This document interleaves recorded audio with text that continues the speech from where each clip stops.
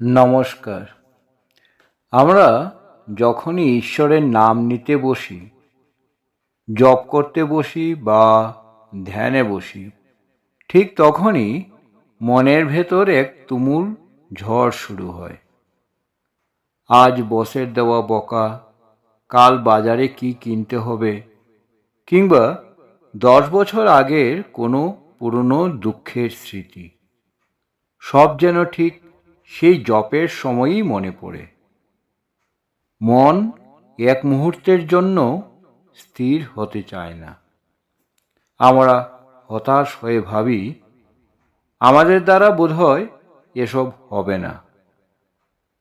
জগজ্জননী শ্রী শ্রী মা সারদা দেবী এই চঞ্চল মনকে বশ করার এবং জপ ও ধ্যানের মাধ্যমে জীবনের চরম সত্যে পৌঁছানোর কিছু অত্যন্ত সহজ অথচ গভীর গোপন রহস্য শিখিয়েছেন।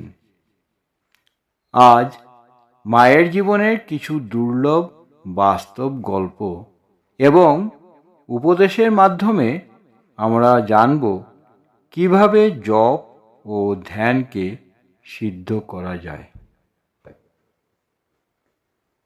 আমাদের প্রথম পয়েন্ট হলো ইষ্টমূর্তির ধ্যান। মা সারদা দেবীকে একবার এক ভক্ত জিজ্ঞেস করেছিলেন, মা, জপ তো করি, কিন্তু ধ্যান কিভাবে করব? রূপ তো মনে আসে না। মা তখন পরম স্নেহে বুঝিয়েছিলেন। মা বলেছিলেন, জপ করার সাথে সাথেই ইষ্টমূর্তির ধ্যান করা উচিত। তবে ধ্যানের শুরুতেই কখনোই একসাথে পুরো শরীর বা রূপ চিন্তা করতে যাবেন না।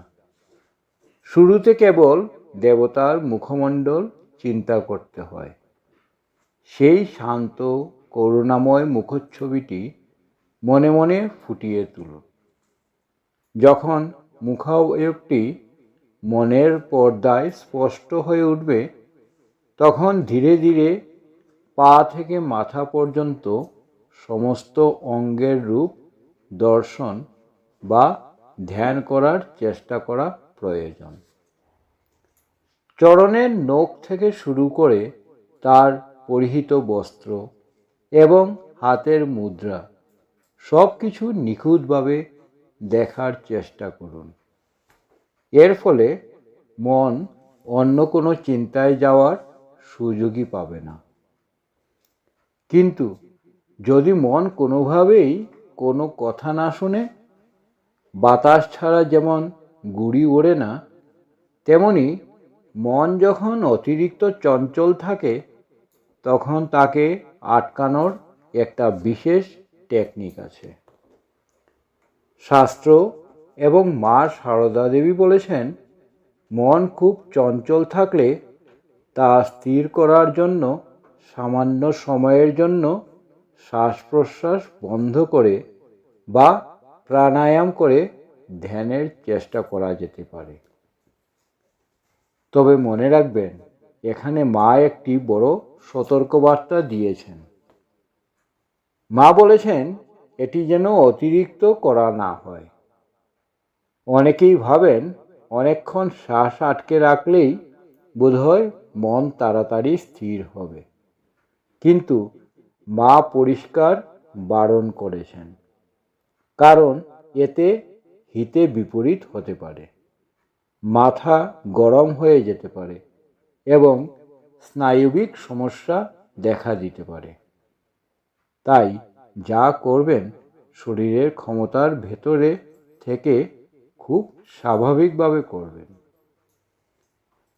এবারে আসি একটি চমৎকার অলৌকিক ঘটনায়। শ্রী রামকৃষ্ণের মহাসমাধির পর মা সারদা দেবী যখন বৃন্দাবনে ছিলেন, তখন তিনি এবং যোগিনমা প্রতিদিন নিয়ম করে ঘন্টার পর ঘন্টা জপ করতেন।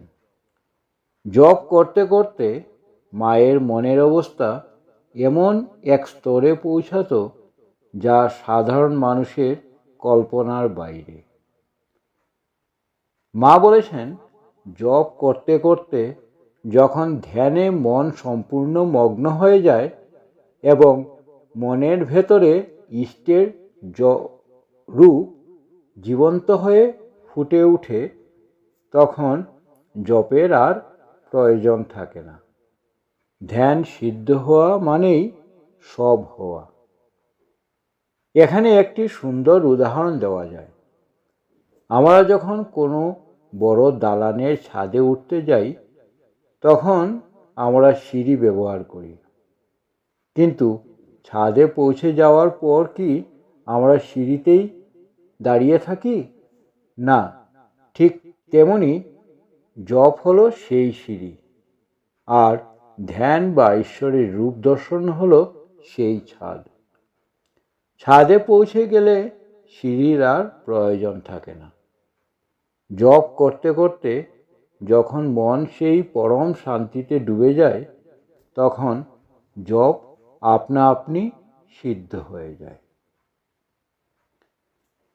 ভিডিওর এই অংশটি সবচেয়ে গুরুত্বপূর্ণ, কারণ এখানে জড়িয়ে আছে আমাদের সবার জন্য মায়ের এক অভয় বাণী ও বিশেষ আশ্বাস।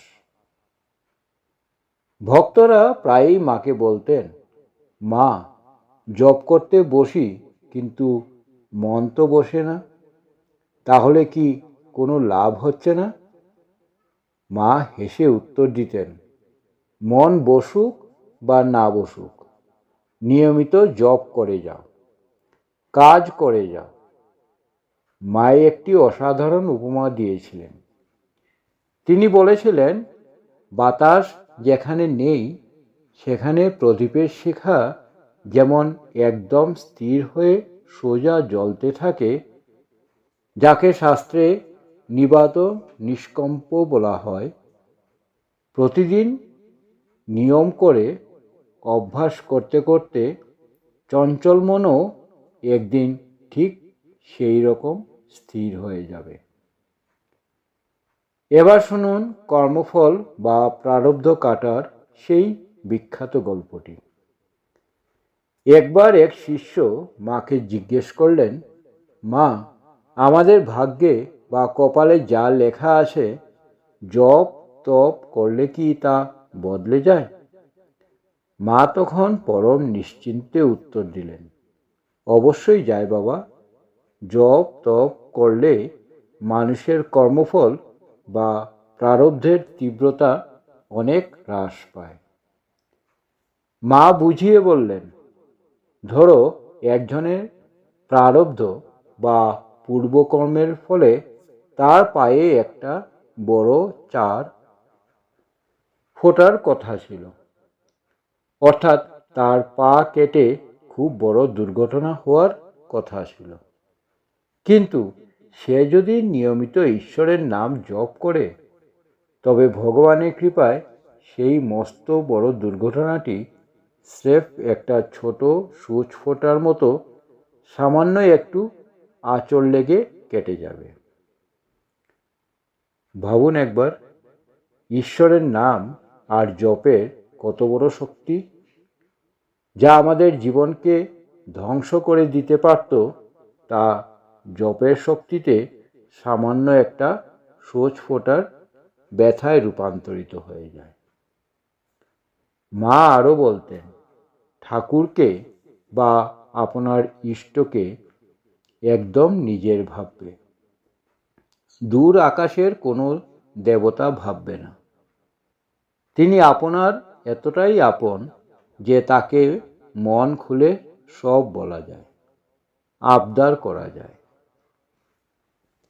তাহলে মা শারদার বাণী থেকে আজ আমরা কি শিখলাম?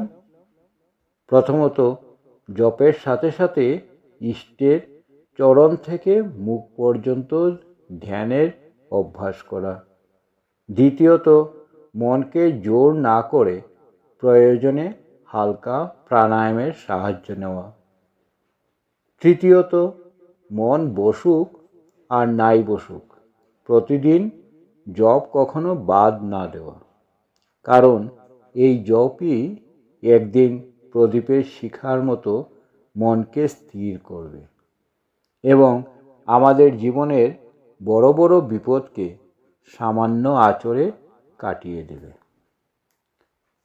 তাহলে আজ থেকেই জপ করার সময় আমরা মনে মনে ভাবব, আমাদের ইষ্ট আমাদের সবচেয়ে কাছে বসে আছেন। মা সারদা দেবীর এই অমৃতবাণী আপনার কোনো বন্ধু বা প্রিয়জনের উপকারে আসতে পারে, তাই ভিডিওটি তাদের সাথে শেয়ার করতে পারেন। আর এই চ্যানেলটি সাবস্ক্রাইব করতে ভুলবেন না। দেখা হচ্ছে পরের ভিডিওতে। নমস্কার।